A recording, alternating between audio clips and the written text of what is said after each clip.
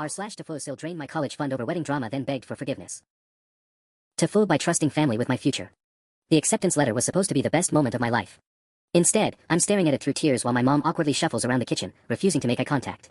We can figure something else out, sweetie, she keeps saying, like there's some magical backup plan for paying $23,000 in tuition when my college fund apparently has $847 left in it. 3 months ago, it had over $16,000. Where did it go? I'm practically screaming now, and my dad finally stops pretending to read his newspaper. They exchange one of those married couple looks that means they've been dreading this conversation. Your brother and Madison had an emergency, Mom starts. What kind of emergency costs $15,000? Dad clears his throat. The Rosewood Country Club canceled their wedding venue last minute.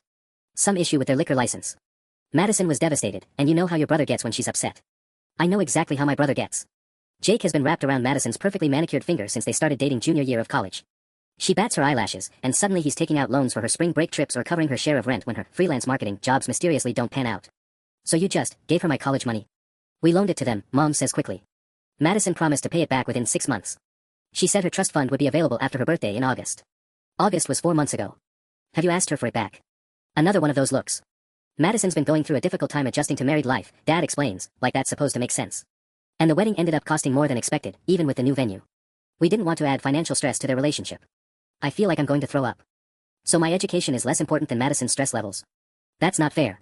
What's not fair is that I've been working 2 part-time jobs since sophomore year, saving every penny, keeping my GPA above 3.8, and writing scholarship essays until my fingers cramped, while Madison spent my college fund on mason jar centerpieces and a dress she'll wear once. Mom flinches. The scholarship applications aren't due until. I already applied for every scholarship I qualify for. This was supposed to cover what they don't.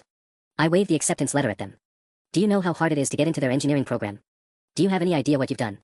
Dad's voice gets that stern tone he uses when he's trying to shut down arguments. Madison is family now. Family helps family. I'm your family. I've been your family for 17 years. She's been around for 3. Lower your voice. No. You stole my future to pay for her party, and you won't even ask for it back because you're afraid of making Princess Madison uncomfortable. I storm toward the stairs, but Mom's voice stops me. Madison doesn't know we used your college fund. I turn around slowly. What? We told her the money came from our emergency savings. She doesn't know it was earmarked for your education. Something cold and calculating settles in my chest. So not only did they prioritize Madison's wedding over my college dreams, but they protected her from even feeling guilty about it. Interesting, I say quietly. Mom looks nervous. Honey, what are you thinking? I smile, and it doesn't feel like a nice smile. I'm thinking Madison should probably know exactly whose future she borrowed for her perfect day. The next morning, I skip first period to sit in my car and scroll through Madison's Instagram. She posts constantly, daily outfit photos, perfectly arranged smoothie bowls, endless wedding throwbacks with captions like, still can't believe I married my best friend. Hashtag blessed, hashtag perfect day, hashtag worth the wait. Worth the wait. Right. There are 127 photos from their wedding reception alone. The venue looks like something out of a magazine, crystal chandeliers, silk draping, flowers that probably cost more than most people's cars. I screenshot everything, especially the ones where she's gushing about making dreams come true and spare no expense for love. My phone buzzes with a text from Jake, * Mom said you're stressed about college stuff. Want to grab lunch later? My treat, *. I stare at the message. My treat. Like he's doing me some huge favor, when he's literally eating meals paid for with my tuition money. * Sure. Can Madison come too? *. She's got a spa appointment but maybe dinner instead. Of course she does. A spa appointment on a Tuesday morning while I'm calculating whether I can afford both gas and lunch this week. I spend lunch period in the guidance counselor's office, going through financial aid options I've already exhausted. Mrs. Chen pulls up my transcript and scholarship applications with this sympathetic smile that makes me want to scream. You're an excellent candidate, she says. But unfortunately, engineering scholarships are incredibly competitive. Have you considered community college for your first 2 years? I worked too hard to settle for community college because my family stole my money, I snap, then immediately feel bad. Sorry. It's not your fault. Mrs. Chen raises an eyebrow. Stole. Before I can stop myself, the whole story comes pouring out. My parents loaning my college fund to Madison. The wedding that cost more than my entire high school education. Madison's trust fund that mysteriously isn't available anymore. My family's refusal to even ask for the money back. That's concerning, Mrs. Chen says carefully. Legally, since your parents controlled the account, they had the right to access those funds. But morally, that's a betrayal of trust. Can I do anything about it? She's quiet for a long moment. You could pursue legal action, but that would be expensive and time-consuming. Your best bet is probably family mediation. Sometimes people don't realize the full impact of their choices until it's laid out clearly. They know exactly what they did. But does Madison? I think about my mom's admission, that Madison has no idea she spent my college money. That they protected her from the truth while I'm the one who has to deal with the consequences. What if I told her? Mrs. Chen chooses her words carefully. Sometimes transparency helps families find solutions. But be prepared for things to get complicated. After school, I drive past Jake and Madison's apartment complex. Her white BMW is parked in their assigned spot, the one they pay extra for because Madison doesn't want her car getting dinged. Last month, Jake posted about how proud he was that he could spoil his wife with the little luxuries she deserves. Little luxuries. With my money. I take pictures of the car, the expensive apartment building, her designer gym bag visible through the back window. Then I start typing a text to my brother. Asterisk actually, let's do dinner at your place. I'll bring takeout. There's something important I need to discuss with both of you, asterisk. Everything okay? Everything will be fine once we're all on the same page. I hit send before I can change my mind.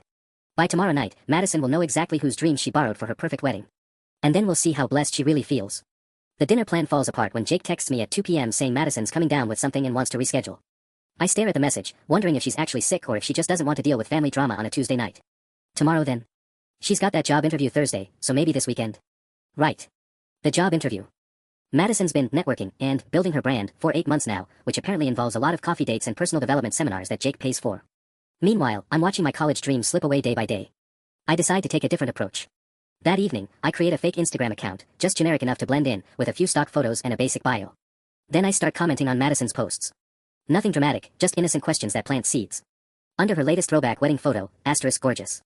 Was it expensive to change venues last minute, asterisk. Under her spa day selfie, asterisk living the dream. How do you afford all this self-care? Goals, asterisk.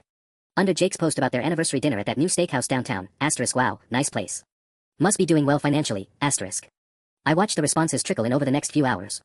Madison loves talking about herself, so she's responding to every comment with detailed explanations about budgeting for what matters and making sacrifices in some areas to splurge in others.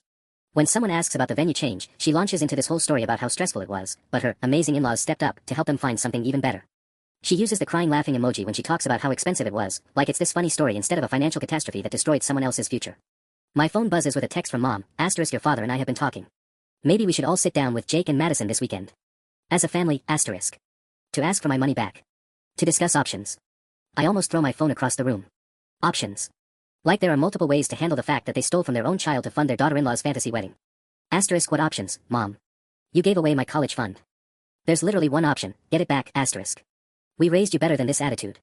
You raised me better than to steal from family, too, but here we are. She doesn't respond after that.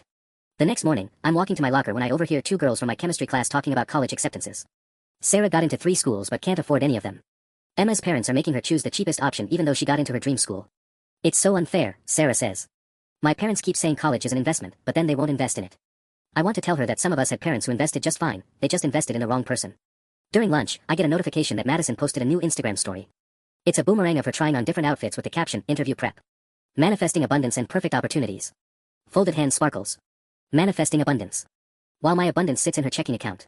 I screenshot it and send it to Jake with the message, asterisk Madison seems confident about tomorrow. Good thing she's not stressed about money like some people, asterisk. What's that supposed to mean? Asterisk nothing. Just nice that she can focus on her career without worrying about financial stuff, asterisk. Asterisk are you okay? You've been acting weird, asterisk. I stare at his text for a long minute. Acting weird. Like I'm the problem here. Like my anger about having my future stolen is just some personality quirk I need to get over. Asterisk I'm fine. Just thinking about how different our priorities are, asterisk. What do you mean? Asterisk ask mom and dad about my college fund. Then ask your wife about her trust fund, asterisk. I turn my phone off before he can respond. By the time I turn it back on after school, I have 11 missed calls and 23 text messages. The truth is finally coming out. The missed calls are from everyone. Jake, mom, dad, and 2 numbers I don't recognize. The texts start apologetic and escalate to demanding, then circle back to pleading. Jake, asterisk what the hell did you say to Madison? She's crying, asterisk. Mom, you had no right to tell him like that.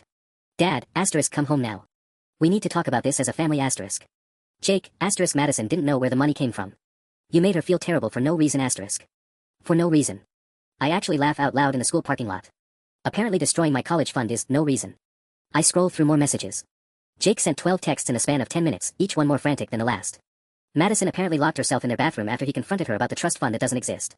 She thought her parents were helping us out, Jake texted. Asterisk she had no idea it was your college money. Why would you do this to her, asterisk?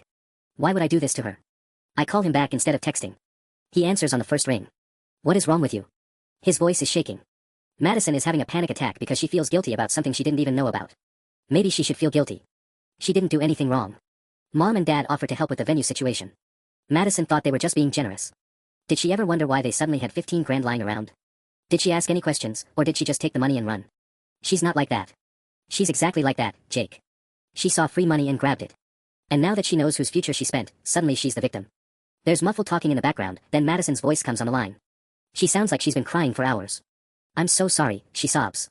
I had no idea. If I'd known it was your college money, I never would have. You never would have what? Asked where $15,000 was coming from. Asked why my parents suddenly had that much cash available. Come on, Madison. You're not stupid. I thought they had savings. They do have savings. They also had my college fund. Guess which one they gave you? Jake takes the phone back. This isn't Madison's fault. If you want to be mad at someone, be mad at mom and dad. Oh, I am. But I'm also mad at your wife for spending money like it's going out of style and then acting shocked when someone has to pay for it. She got a job interview. She's trying to contribute. One interview after 8 months of networking. And how much has the networking cost? How many coffee dates and seminars and personal branding sessions has she charged to your credit card? The silence stretches out. I can hear Madison crying in the background. That's different, Jake finally says, but he doesn't sound convinced anymore. Is it? Because from where I'm sitting, it looks like Madison is really good at spending other people's money and really bad at paying it back. We'll pay you back. With what? Your salary barely covers your rent, and Madison's last 3 business opportunities have made exactly $0. Where is this magical payback money coming from? More silence. I can picture them looking at each other, probably realizing for the first time that they have no actual plan for returning $15,000. We'll figure it out, Madison says, taking the phone back. I'll get this job, and we'll set up a payment plan. I don't have time for payment plans. I need to send my enrollment deposit in 3 weeks, or I lose my spot. 3 weeks. Her voice goes up an octave. But we can't possibly.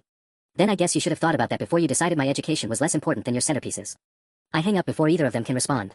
My hands are shaking, but it feels good. For the first time in days, I'm not the one scrambling for solutions. Now they get to figure out how to fix what they broke. My phone doesn't stop buzzing for the rest of the evening. I watch the notifications pile up while doing homework, each buzz representing someone else's panic about a situation they created. It's almost satisfying until I remember that all their panic doesn't actually solve my problem. Around 9 p.m., Mom shows up at my bedroom door without knocking.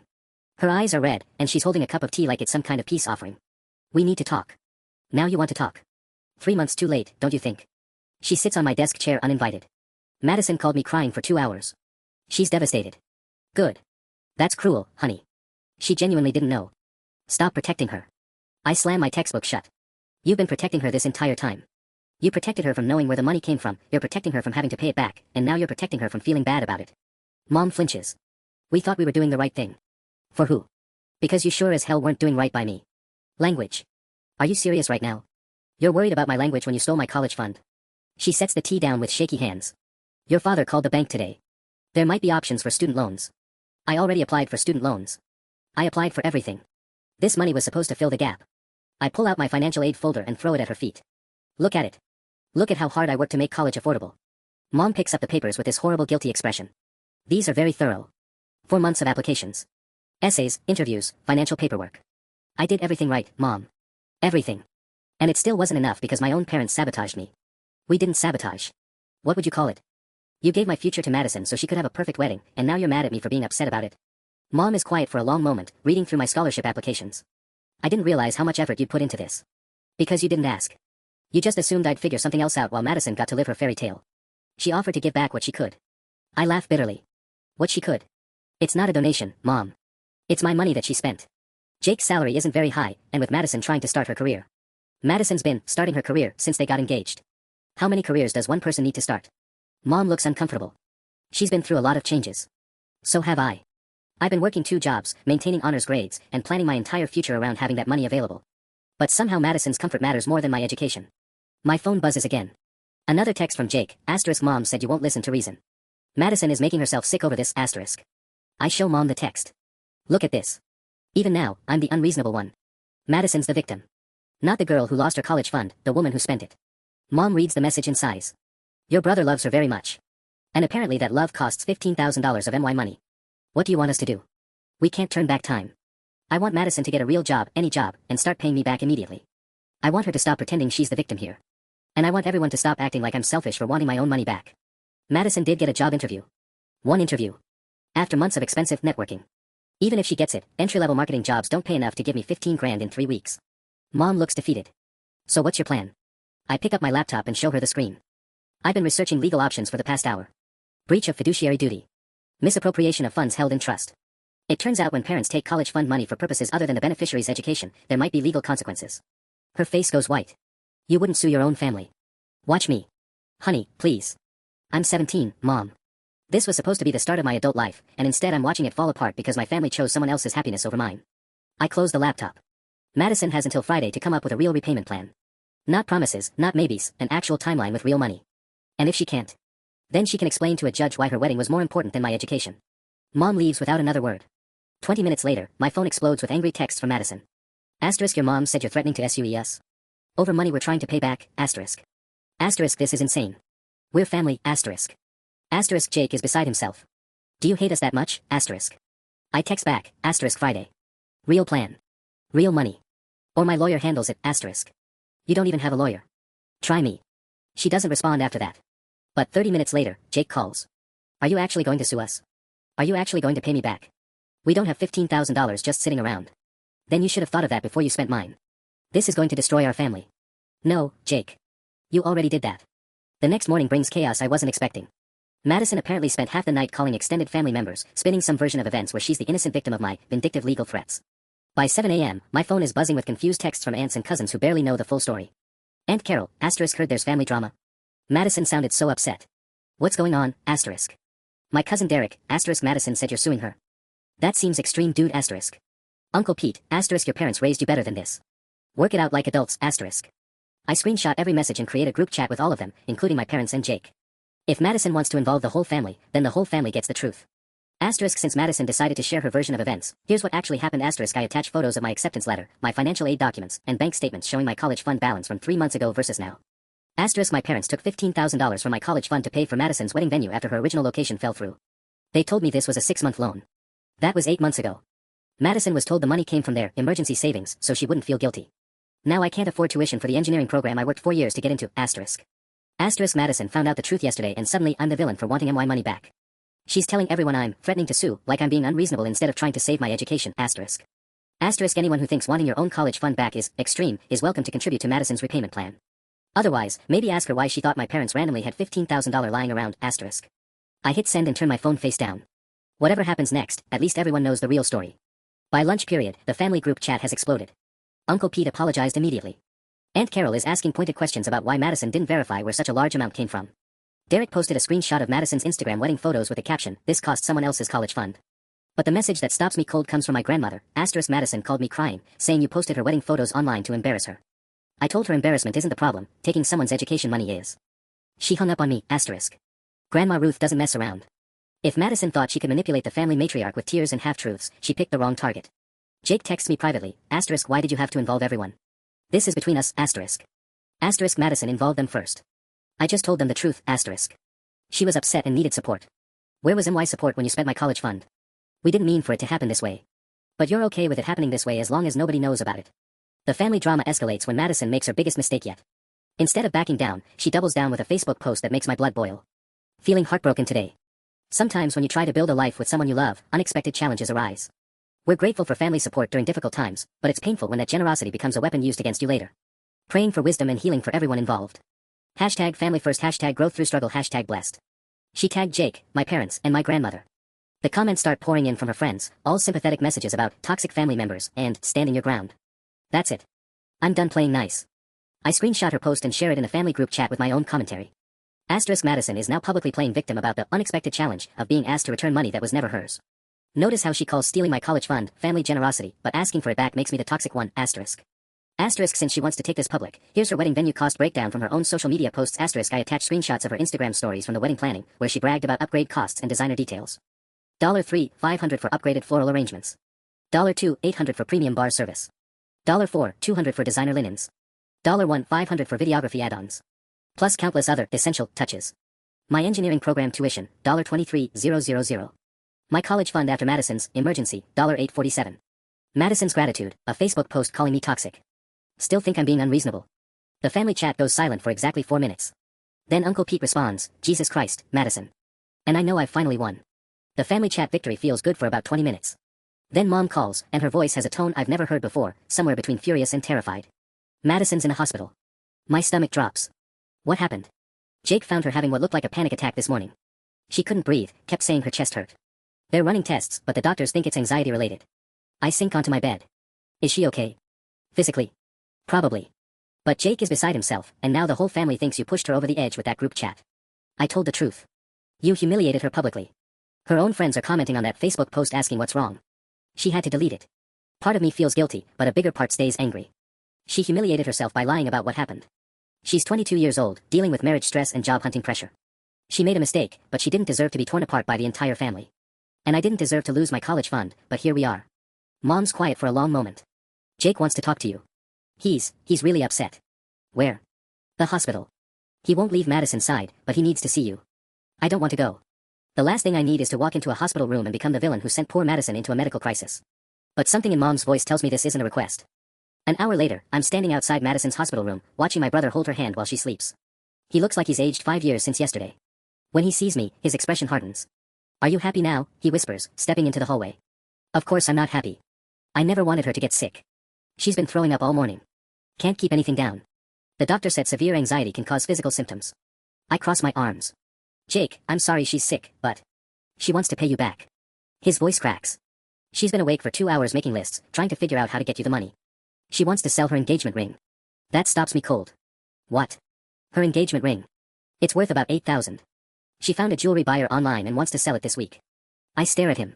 You're not actually considering that. Why not? It would be a start. Because it's insane. She shouldn't have to sell her engagement ring, and $8,000 still leaves me $7,000 short. Jake runs his hands through his hair. Then what do you want us to do? We don't have the money. We can't magic it out of thin air. I want you to act like adults instead of making desperate gestures that don't actually solve anything. She's trying. She's panicking. There's a difference. A nurse walks by and gives us a pointed look about the noise level. Jake lowers his voice. The family thinks you've gone too far. What family? Because Grandma Ruth seemed pretty clear about whose side she's on. Uncle Mike called Dad this morning. Said you're acting vindictive and cruel. Aunt Sarah thinks you should drop the legal threat because Madison's learned her lesson. I feel my chest tightening. Her lesson. What about my lesson? What am I supposed to learn from watching everyone protect Madison while I lose my future? You're not losing your future. Yes, I am. The words come out louder than I intended. My enrollment deposit is due in 2 weeks, Jake. 2 weeks. If I can't pay it, I lose my spot and start over next year. Do you know what happens to scholarship offers when you defer? They disappear. Jake looks stricken. I didn't know the timeline was so tight. Nobody bothered to ask. Everyone's so worried about Madison's feelings, nobody cared about the actual consequences of what she spent. He's quiet for a minute, then, what if we could get you $5,000 by the deposit deadline? Would that be enough to secure your spot? Where would $5,000 come from? Madison's ring, plus I could ask my boss for an advance, maybe borrow from my 401k. Jake, stop. This is exactly what I mean. You're scrambling to find crisis solutions instead of addressing the real problem. The real problem is that we don't have $15,000. The real problem is that Madison spent money she couldn't afford to pay back, and everyone's treating it like a natural disaster instead of a choice she made. Before Jake can respond, Madison appears in the doorway.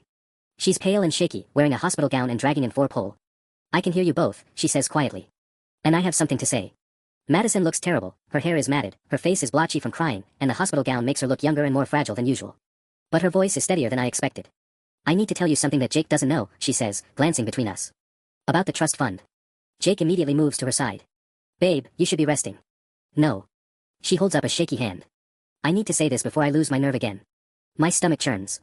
What about the trust fund? Madison takes a deep breath that sounds painful. There never was one. Not the way I told Jake, anyway. The hallway goes dead silent except for the beeping of machines from other rooms. Jake's face goes completely blank. What do you mean? He asks slowly.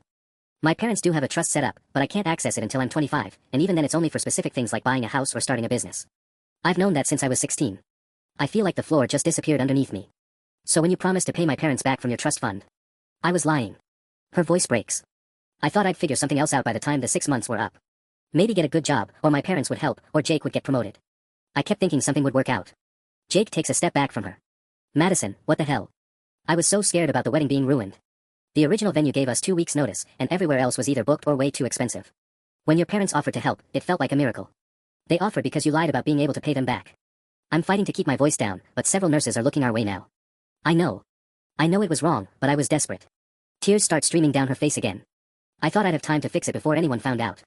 Jake is staring at her like he's never seen her before. You've been lying to me for 8 months. I tried to tell you so many times, but you were so proud of me for handling the financial stress maturely. You kept bragging to people about how responsible I was being about money. Because I thought you were being responsible. I thought you had a plan. A doctor appears at Madison's elbow. Mrs. Chen, you really need to get back to bed. Your blood pressure is elevated and... Just give me 5 more minutes, Madison pleads. Please. The doctor looks skeptical but steps back. Madison turns to me with desperation in her eyes. I know selling my ring doesn't fix everything, but it's a start.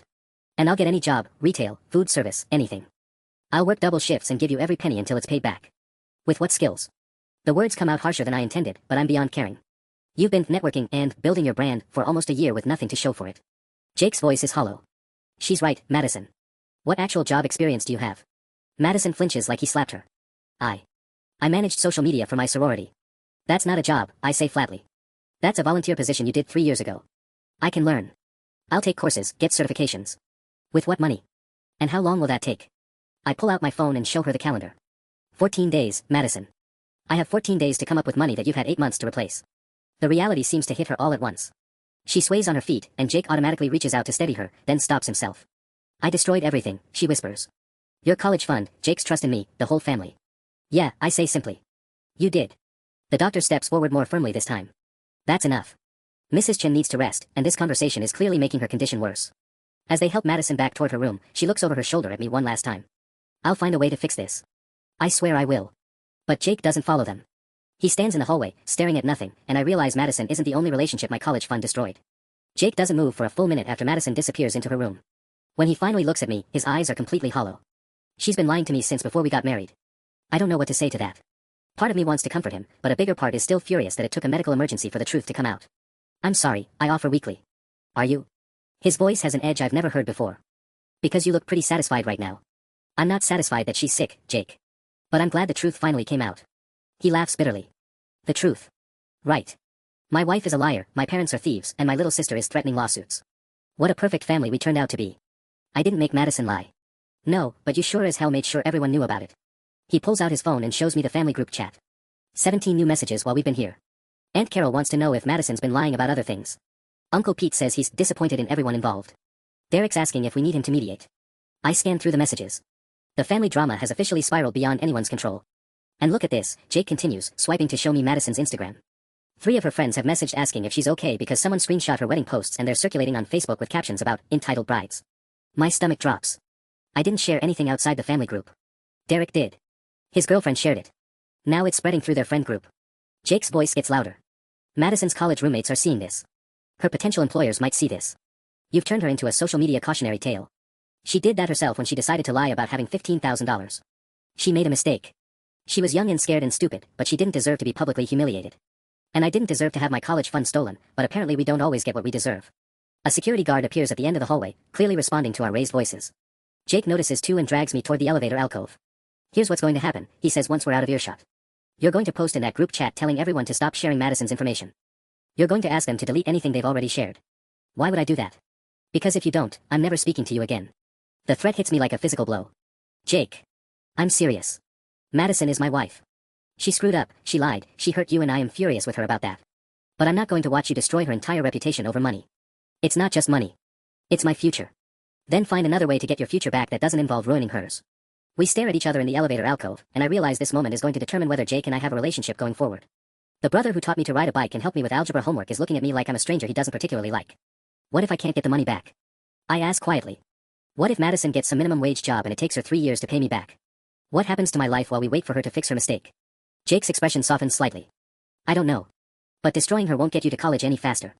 Before I can respond, his phone buzzes with a text from Madison's doctor. Her blood pressure has spiked again, and they want to keep her overnight for observation. I have to go, Jake says. Think about what I said.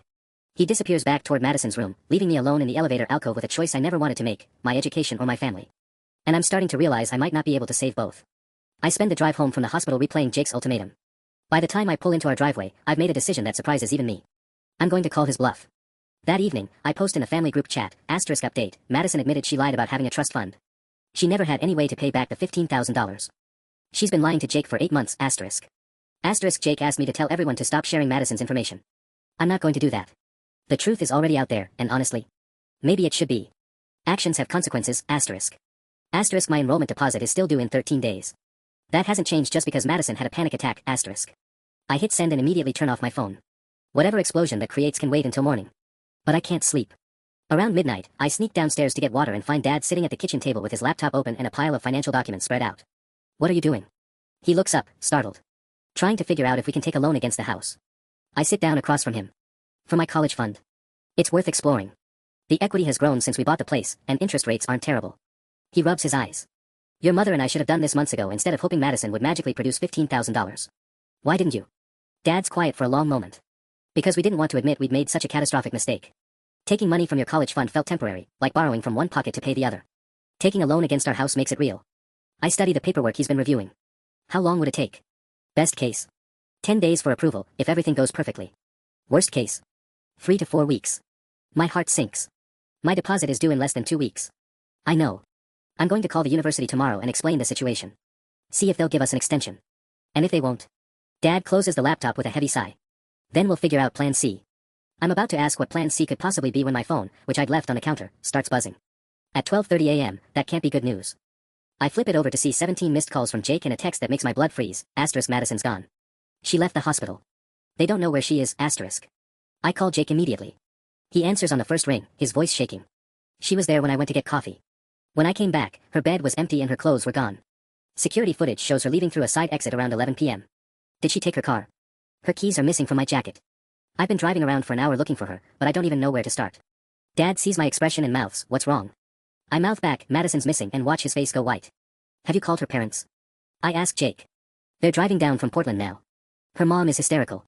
His voice breaks. What if something happens to her? What if she does something stupid because she feels so guilty? The accusation in his tone is unmistakable. If Madison hurts herself, it'll be my fault for exposing her lies. Jake, she's probably just scared and needs space. She left her phone. Who leaves their phone unless they don't want to be found? Dad takes the phone from me. Jake, it's Dad. I need you to come home right now.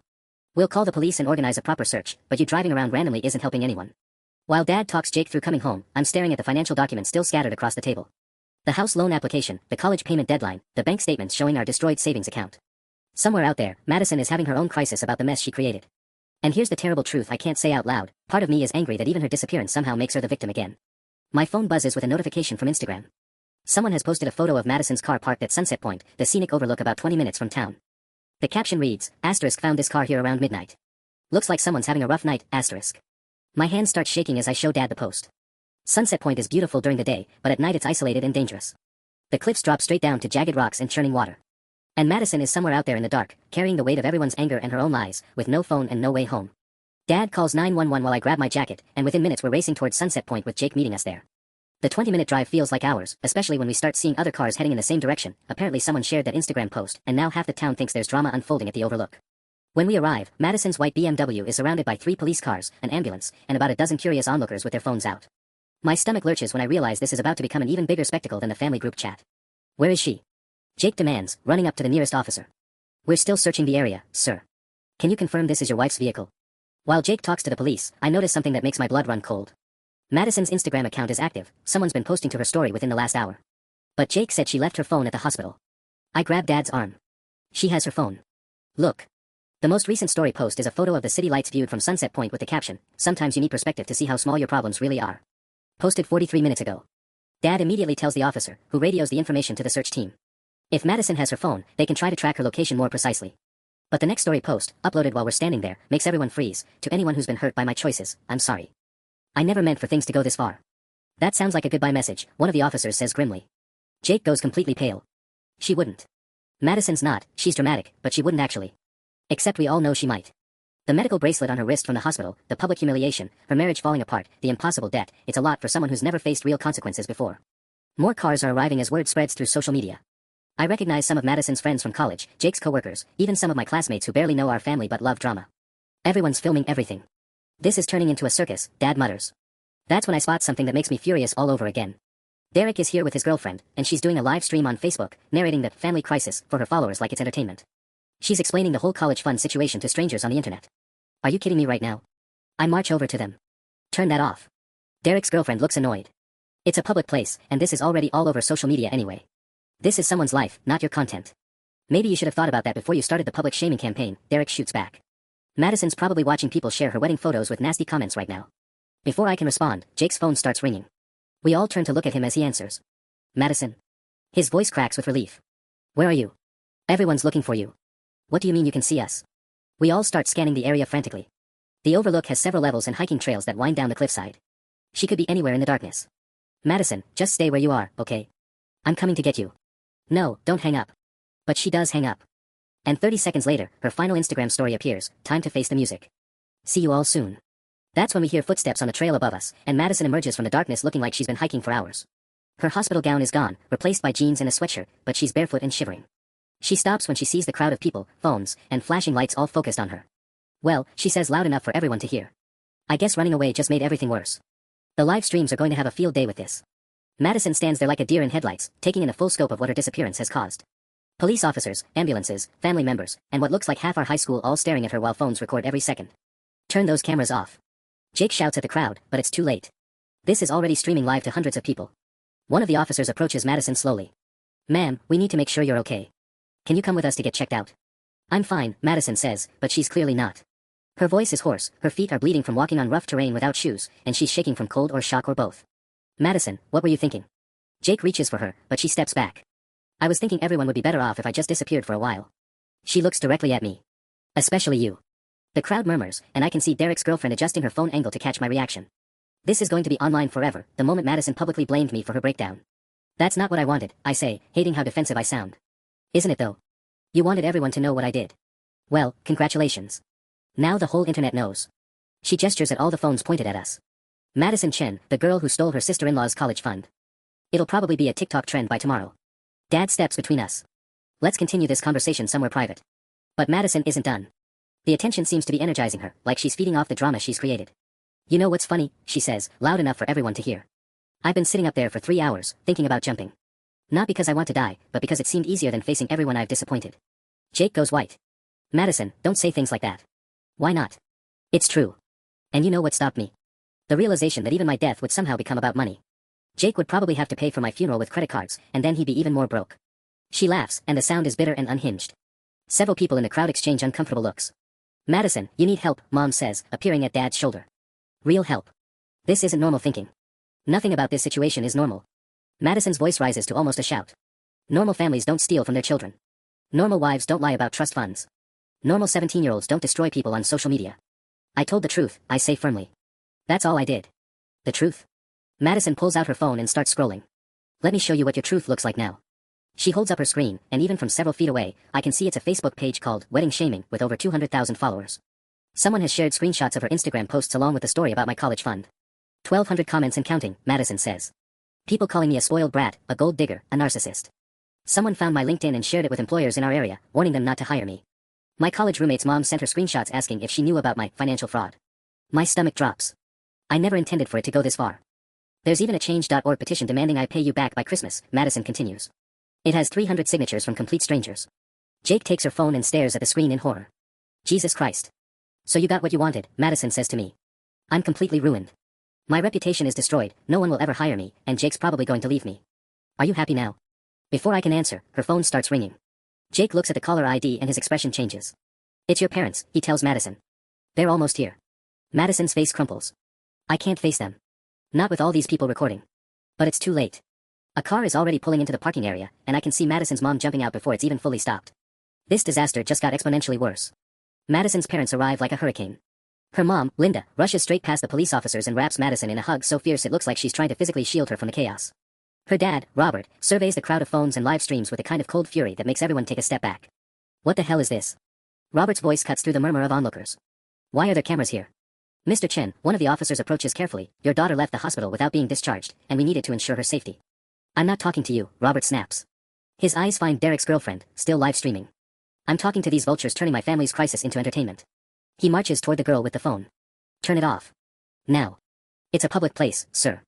I have the right to. You have the right to be a decent human being, and you're failing miserably. Robert's voice gets dangerously quiet. My daughter is having a mental health crisis, and you're broadcasting it for social media likes. How does that make you feel about yourself? Derek's girlfriend actually looks ashamed for the first time tonight. She lowers her phone, and several other people follow suit. But the damage is already done. Madison breaks away from her mom and starts walking toward the cars. I want to go home, she says hollowly. To Portland. Tonight. Jake runs after her. Madison, we need to talk about this. About what? About how I ruined everything. I think that's been pretty thoroughly covered. She doesn't stop walking. I'll send you divorce papers once I figure out where I'm going to live. You don't mean that. Madison finally stops and turns around. In the harsh glare of the police flashlights, she looks older than her 22 years. Jake, I lied to you for our entire marriage. I spent money we couldn't afford to pay back.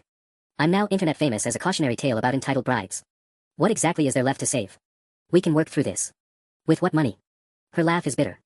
I just Googled myself. The wedding shaming post has been shared 800 times in the past 2 hours. No one in this town will ever hire me. Hell, no one in this state will hire me. Linda puts her arm around Madison's shoulders. Come home with us. You can figure things out from there. And leave Jake with $15,000 of debt that's legally his responsibility too. Madison shakes her head. At least if I disappear completely, he can claim he was as much a victim of my lies as everyone else. That's not what I want, Jake says desperately. It's what you need. Madison looks back at me. And it's probably what she deserves to see happen to me. All eyes turn to me again. The police, my parents, Jake, Madison's parents, and the remaining crowd of onlookers all waiting to see how I'll respond to this moment. I never wanted your marriage to end, I say quietly. But you're not exactly heartbroken about it either, Madison replies. Because now Jake will have to choose between supporting his wife through the consequences of her mistakes, or supporting his sister's college dreams. And we both know which one is more important to your family. She gets in her parents' car before anyone can respond. Linda hesitates for a moment, looking like she wants to say something to Jake, but Robert just shakes his head.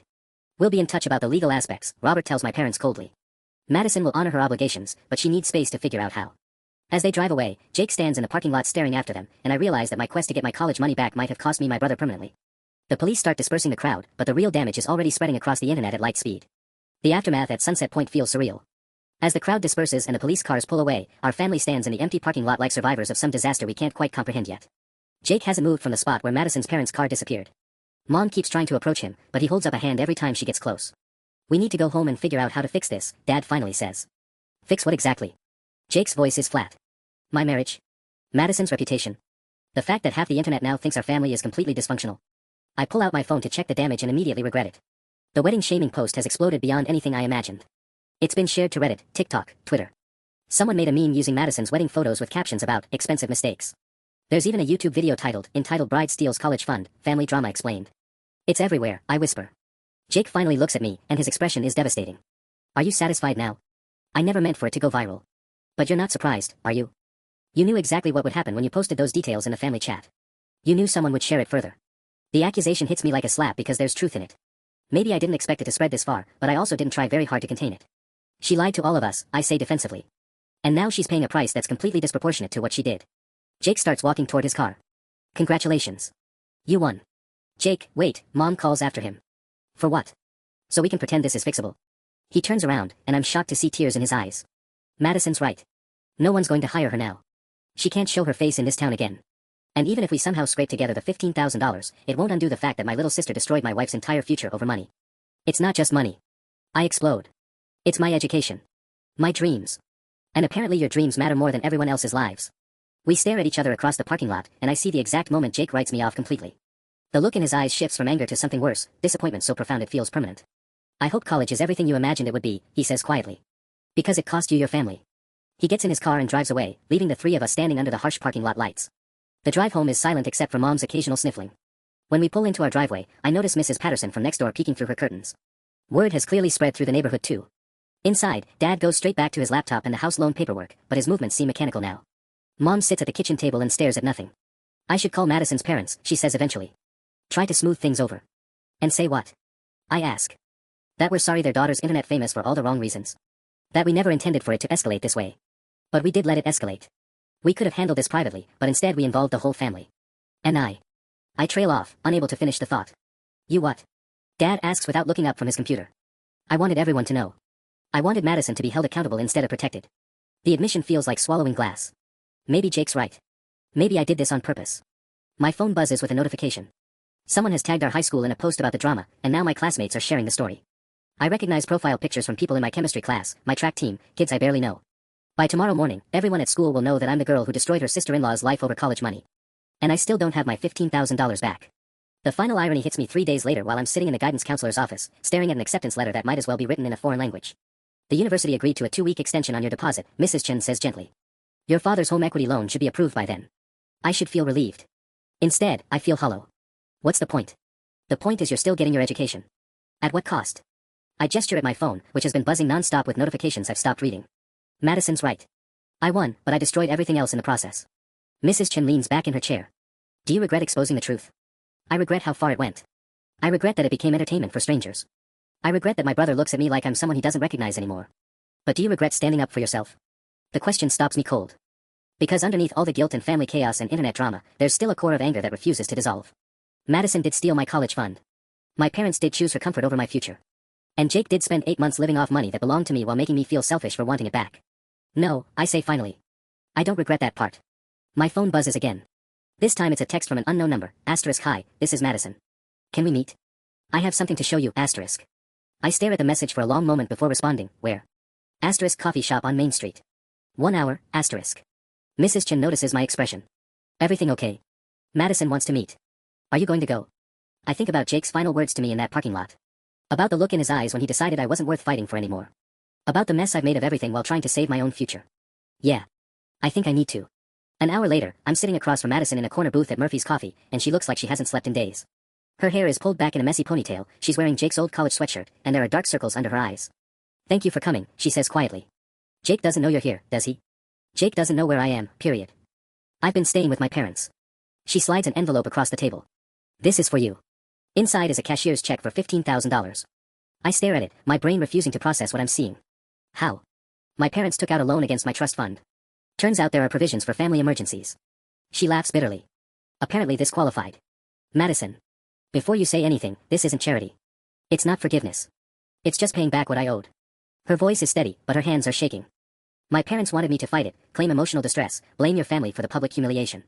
But you were right about one thing, actions have consequences. This is mine. I hold the check like it might disappear if I handle it wrong. This doesn't fix everything else though. No, it doesn't. Jake still won't talk to me. I'm still unemployable in this town. The internet still thinks I'm a cautionary tale. She meets my eyes directly. But your college fund is back where it belongs. We sit in silence for a moment. The check represents everything I've been fighting for, but holding it doesn't feel like victory. Are you really getting divorced? I ask. Probably. Jake says trust is the foundation of marriage, and I destroyed ours before we even got started. She traces the rim of her coffee cup. He's not wrong. I'm sorry. Are you? The question hangs between us. Am I sorry? Sorry that Madison's life imploded? Yes. Sorry that Jake hates me now? Absolutely. But sorry that I fought for my own future. I'm sorry it went this far, I say honestly. But I'm not sorry I fought for my education. Madison nods slowly. That's fair. And for what it's worth, I understand why you did it. I would have done the same thing at 17. I fold the check carefully and put it in my wallet. What will you do now? Start over somewhere else. My parents have connections in Denver. Different state, different life. She stands up to leave, then pauses. I hope college is everything you dreamed it would be. As she walks away, I realize she's given me exactly what I wanted from the beginning. My college fund is restored. My future is secure. I can attend my dream university and study engineering just like I planned. But the cost of getting here has taught me something they don't cover in high school guidance counseling. Sometimes winning means losing everything else that matters. I deposit the check on my way home and send my enrollment deposit that same afternoon. 3 weeks later, I'm packing for college while Jake loads his belongings into a moving truck outside Madison's old apartment. We haven't spoken since Sunset Point, but when he sees me watching from my bedroom window, he raises his hand in what might be a wave goodbye. I wave back, and we both pretend that's enough to fix what broke between us. My acceptance letter is framed on my desk now, next to a photo of our family from last Christmas when everything was still intact. I'm going to college in the fall, just like I always planned. But as I fold my clothes into suitcases, I can't shake the feeling that the girl in that Christmas photo wouldn't recognize the person I've become. Sometimes getting everything you want costs more than you ever imagined you'd have to pay.